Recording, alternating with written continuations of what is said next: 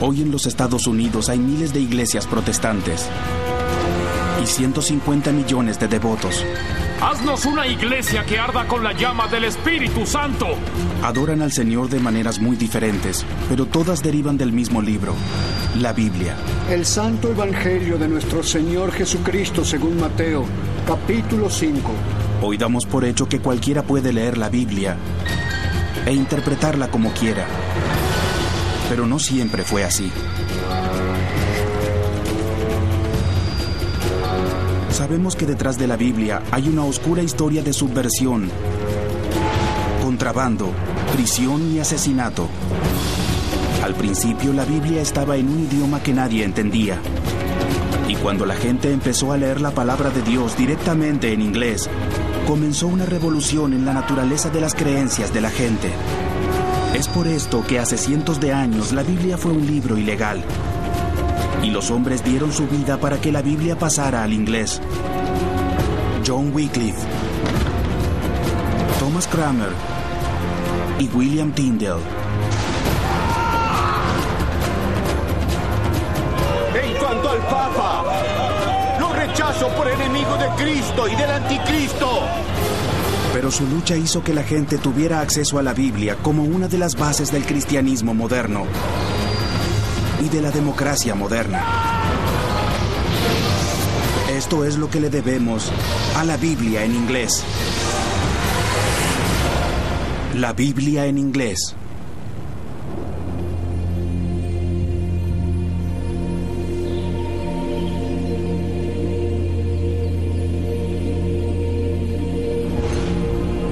Padre nuestro que estás en los cielos, santificado sea tu nombre. Para muchos estadounidenses, hoy estas palabras son literalmente las palabras de Dios. Venga a nosotros tu reino. Hágase tu voluntad así en la tierra como en el cielo. Pero en realidad, los idiomas originales de la Biblia fueron el hebreo y el griego antiguo. Danos el pan de cada día y perdona nuestros pecados.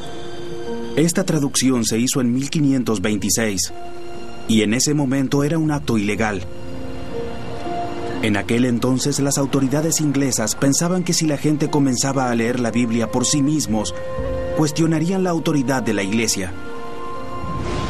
Y no nos dejes caer en la tentación, y líbranos del mal, porque tuyo es el reino, el poder y la gloria por siempre. Amén. Entonces, cuando la Biblia apareció por primera vez en 1380, fue una señal, no solo de un renacer religioso, sino de una gran agitación política. En aquel tiempo, solo había una iglesia en toda Europa occidental. Era la iglesia que hoy llamamos Católica Romana. Y en su cima estaba el Papa. La iglesia tenía un monopolio en la manera en que la gente experimentaba el cristianismo. No había otra iglesia. No tenían opciones para encontrar la salvación. Y concurrir a la iglesia no era algo voluntario. No había opción. Lo exigían.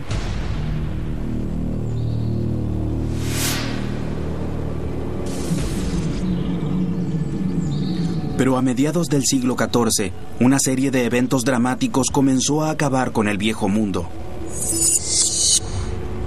Entre 1348 y 1350, una plaga comenzó a propagarse en Europa. La peste negra se llevó a más de la mitad de la población. Poblaciones enteras fueron exterminadas y nadie comprendió cómo o por qué sucedió, excepto que fue un acto de Dios. Europa estaba dominada por la muerte y la iglesia con su promesa de salvación era la única salida. Pero la Biblia no era el centro de la práctica cristiana. Era la misa, celebrada por sacerdotes, un sacramento que confería el poder de la vida eterna. Este ritual en el que se creía que el pan y el vino se convertían en el cuerpo y la sangre de Jesús era tan importante como el mismo Evangelio, y la gente era excluida en gran parte. Los sacerdotes estaban frente al altar y lejos de la congregación. Hablaban en latín, un idioma que solo ellos conocían. Incluso cuando la gente escuchaba la Biblia, estaba en latín también. era una traducción centenaria. Ser parte de los rituales y seguir los mandamientos del clérigo era lo que conducía al reino de los cielos. Esto le dio a la Iglesia un enorme poder político. El estatus del sacerdote era extremadamente poderoso porque eran capaces de llevar a cabo el milagro con sus palabras. Y ese era un lugar muy poderoso, esa posición en el altar, encargándose de un gran misterio. Y el hecho de descifrarlo debía ser realmente muy inspirador para la gente que no entiende qué le están diciendo.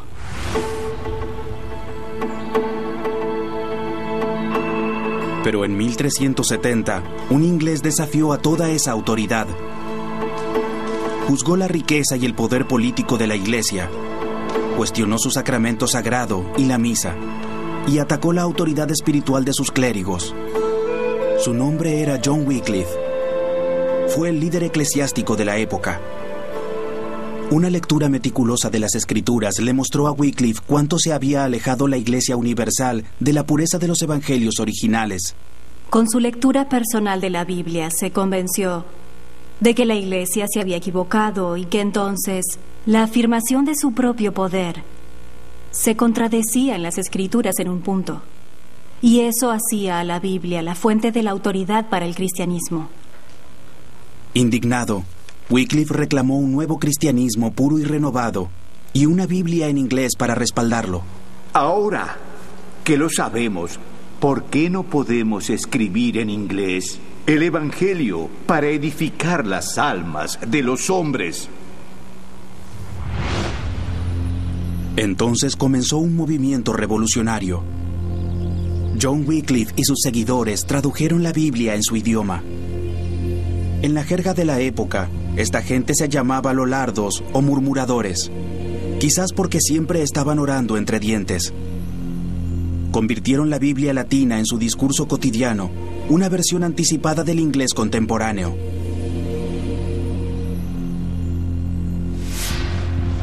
En el principio Dios creó los cielos y la tierra. Y la tierra estaba desordenada y vacía, y las tinieblas estaban sobre la faz del abismo. Y el Espíritu de Dios se movía sobre la faz de las aguas.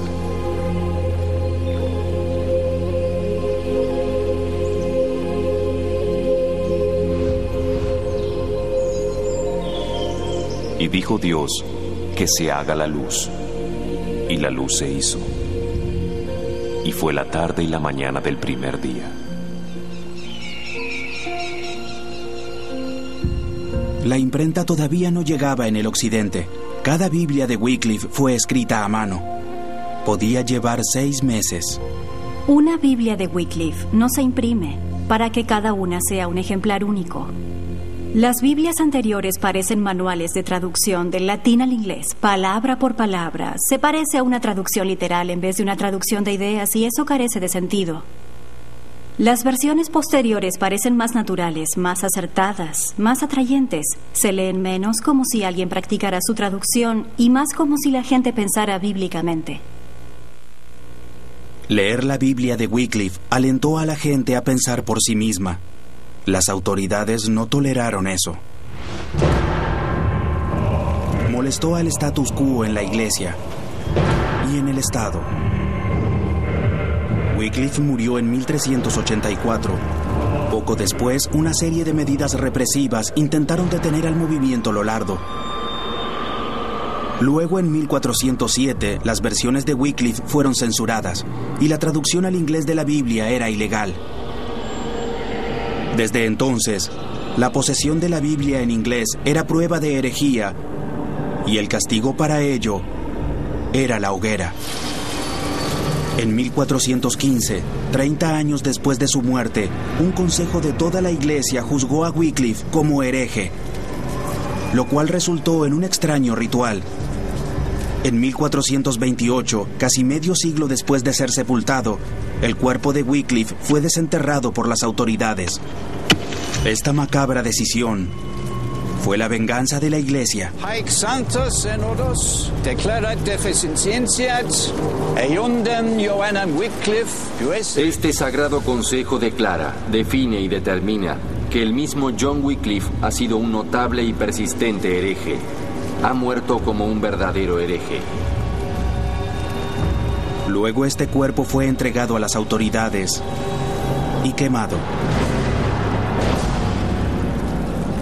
Este consejo también excomulga su memoria y decreta y ordena que su cadáver, si pudiera distinguirse de los cadáveres de los fieles, sea exhumado y arrojado lejos del cementerio de la Iglesia, de acuerdo a las sanciones legítimas de la ley canónica. Así, las autoridades esperaban destruir por completo a Wycliffe y sus ideas. Pero fue una ilusión vana. Existen más manuscritos de la Biblia de Wycliffe que de cualquier otro texto medieval en inglés, a pesar de que era ilegal. Las ideas de Wycliffe no mueren, porque son más inmortales que su cuerpo y permanecen en la inspiración que le da a sus seguidores. Lo que sucede con las Biblias de Wycliffe es muy interesante porque tenemos muchas. A pesar de esta censura, debieron producirse en grandes cantidades. Es un texto que es prohibido y como tal es extremadamente popular. La Biblia de Wycliffe circuló a escondidas entre los lollardos por los próximos 100 años, a pesar de la prohibición. Pero la Iglesia Católica continuó intentando ocultarla de la vida religiosa inglesa.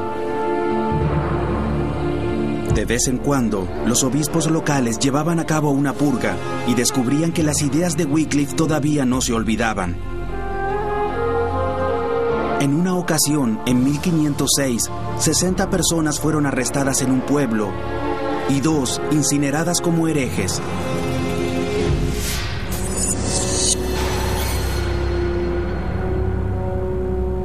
Más tarde, en 1520, cuando el rey de Inglaterra, Enrique VIII, estaba en el trono, un nuevo ataque tuvo lugar en la ya establecida Iglesia Católica.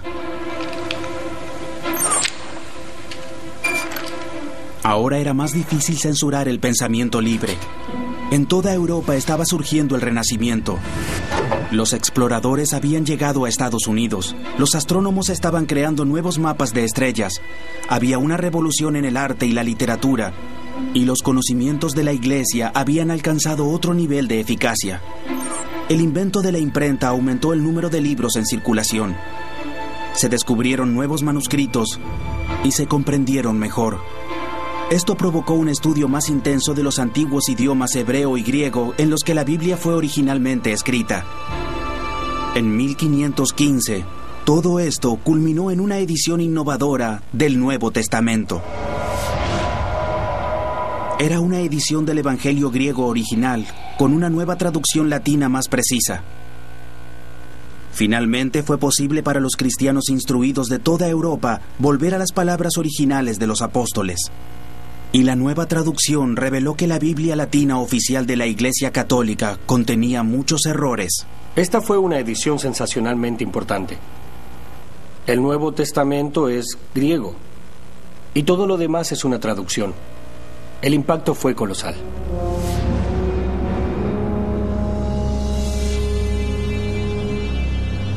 En el principio era el Verbo, y el Verbo era con Dios, y el Verbo era Dios. Este era en el principio con Dios. Todas las cosas por Él fueron hechas, y sin Él nada de lo que ha sido hecho fue hecho.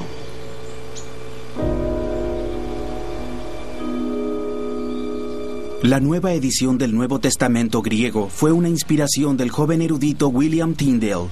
Nació en 1494 y fue el responsable de traducir gran parte de lo que conocemos de la Biblia actualmente.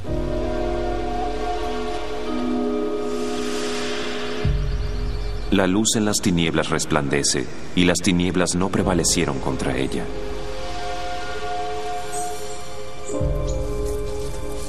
Tyndale aborrecía la prohibición de la Biblia en inglés, porque creaba una barrera entre los creyentes y la palabra de Dios.